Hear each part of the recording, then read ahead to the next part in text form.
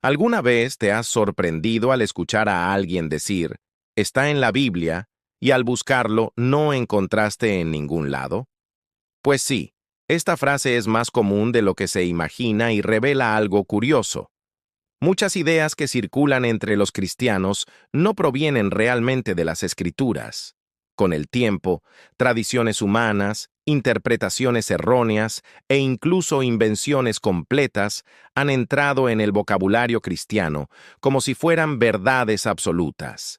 En este video, vamos a revelar 10 mitos que los cristianos creen y que no están en la Biblia.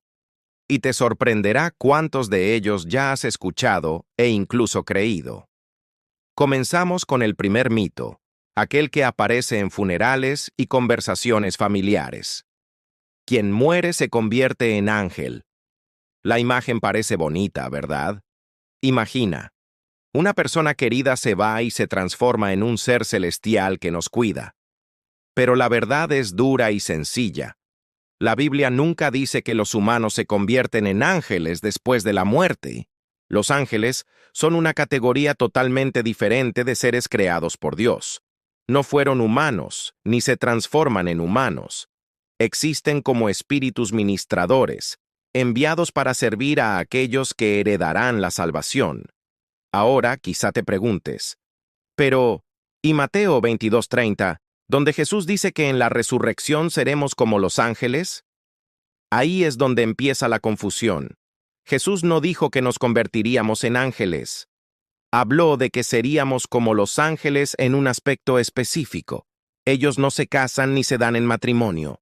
Es decir, estaba mostrando que la relación humana cambiará después de la resurrección. Pero eso no convierte la esencia humana en angelical. En realidad, el plan de Dios para nosotros es mucho mayor que el de los ángeles. Pablo, en 1 Corintios 6:3, afirma que nosotros juzgaremos a los ángeles. Así que, convertirse en ángel sería un descenso en lugar de un ascenso. Dios preparó para la humanidad algo glorioso, un cuerpo resucitado, incorruptible y una posición elevada junto a Cristo. Pasando al segundo mito, que aparece en libros infantiles e ilustraciones. Noé llevó solo una pareja de cada animal al arca. ¿Has visto esas imágenes? El barquito, la jirafa a un lado, el elefante al otro, la parejita de cada especie contemplando el atardecer. Parece adorable, pero no es completamente cierto. Lo que Génesis realmente dice es que Noé llevó 2 de cada animal impuro, pero 7 parejas de los animales puros. Esta diferencia existe por una razón. Los animales puros serían usados en sacrificios y probablemente como alimento. El error común viene de recordar solo Génesis 6:19, que presenta la instrucción general de llevar 2 de cada especie, pero el capítulo siguiente detalla la cantidad diferente para los animales puros, y ahí es donde muchos se confunden. Ahora que ya empezaste a cuestionar estos mitos clásicos, imagina cuántos otros conceptos que siempre has escuchado podrían estar equivocados. Y no estamos hablando solo de detalles pequeños. Algunos de ellos moldean creencias, emociones e incluso comportamientos espirituales. En este video, profundizaremos en cada mito, explicando su origen, lo que la Biblia realmente dice y cómo esto cambia nuestra comprensión de la fe. El tercer mito es uno de los más persistentes. María Magdalena era prostituta. Este error engañó a generaciones de cristianos, pero si buscas en la Biblia, no encontrarás ningún versículo que lo diga. María Magdalena nunca fue llamada prostituta en las Escrituras. La Biblia nos muestra que Jesús expulsó 7 demonios de ella, revelando un pasado complicado, pero sin ninguna relación directa con la prostitución. El origen de esta idea es cultural e histórico, propagada principalmente por líderes de la Iglesia Católica, como el Papa Gregorio I en el siglo VI, y reforzada por la tradición popular a lo largo de los siglos. La verdad, según la Biblia, es que María Magdalena fue una de las seguidoras más fieles de Jesús. Permaneció al pie de la cruz cuando muchos discípulos huyeron y fue la primera en presenciar la resurrección. Este detalle es esencial, pues demuestra que ella no es una figura marginal, sino alguien fundamental en la narrativa de Cristo. Honrar la Biblia significa respetar la identidad que Dios dio a las personas, sin añadir etiquetas que Él nunca puso.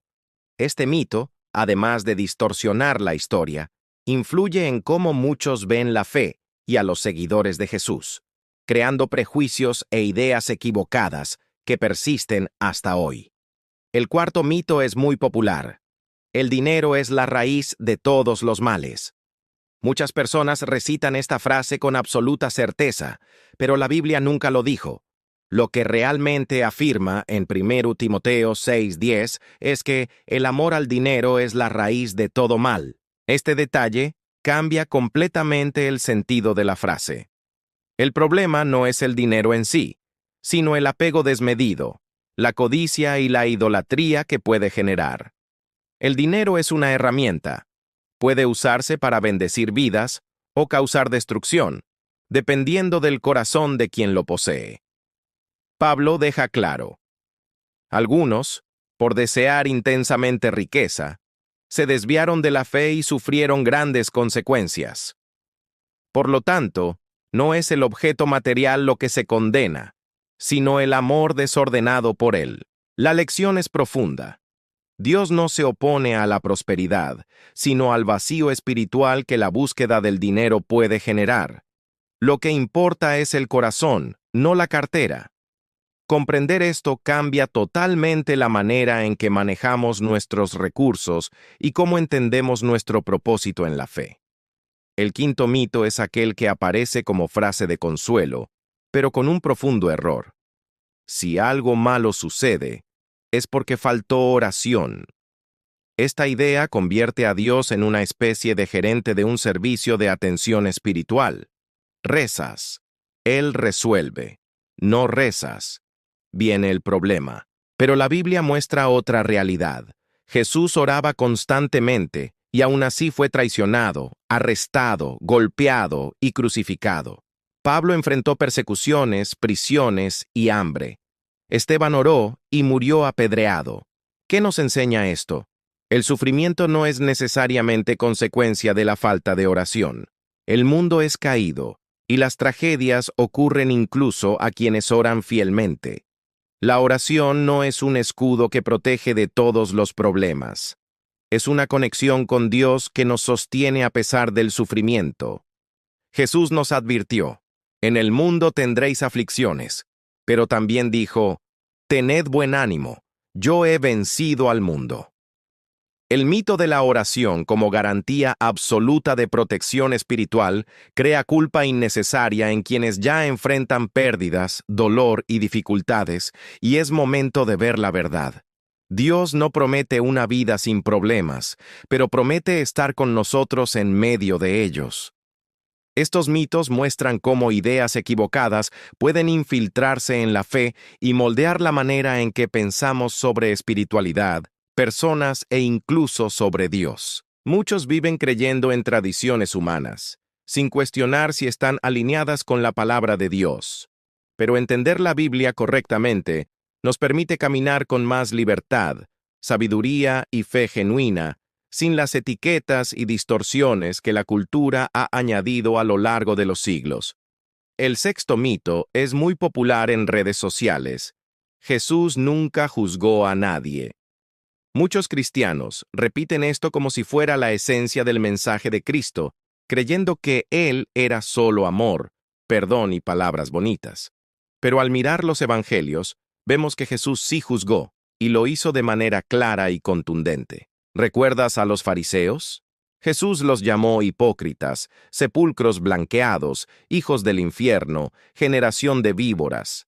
Cada palabra llevaba juicio directo sobre actitudes, falsedad espiritual y pecado. Y cuando encontramos la historia de la mujer adúltera en Juan 8, vemos que Jesús perdonó, pero también dijo: vete y no peques más. No minimizó el pecado, ofreció gracia y verdad simultáneamente. Además, en Juan 5:22, leemos que el Padre confió todo juicio al Hijo, es decir, Jesús es el juez. El problema no es el juicio de Jesús, sino el juicio humano, a menudo hipócrita y sin amor, que intenta reemplazar a Dios. Por lo tanto, el mito de que Jesús nunca juzgó es una simplificación peligrosa. Él perdonaba, acogía y amaba, pero también confrontaba, corregía y enseñaba la verdad. Jesús no es un hip cósmico o una versión de coach espiritual que ignora el pecado. Él es el Rey, el Cordero y el Juez.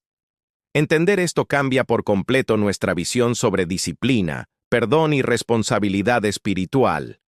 El séptimo mito es igualmente engañoso. Dios no da una carga mayor de la que puedas soportar. Esta frase es común en mensajes motivacionales e incluso en sermones, pero lo que la Biblia realmente dice en 1 Corintios 10:13 es sobre tentación, no sobre sufrimiento o dificultades de la vida. El texto promete que Dios no permitirá que seamos tentados más allá de lo que podemos soportar, pero esto no se aplica a tragedias, pérdidas o cargas pesadas que nos afectan a diario. Si miramos la historia bíblica, vemos personas aplastadas por problemas más allá de su fuerza. Moisés dijo, «No puedo solo llevar a todo este pueblo». David escribió, «Estoy aplastado por el peso de mi pecado».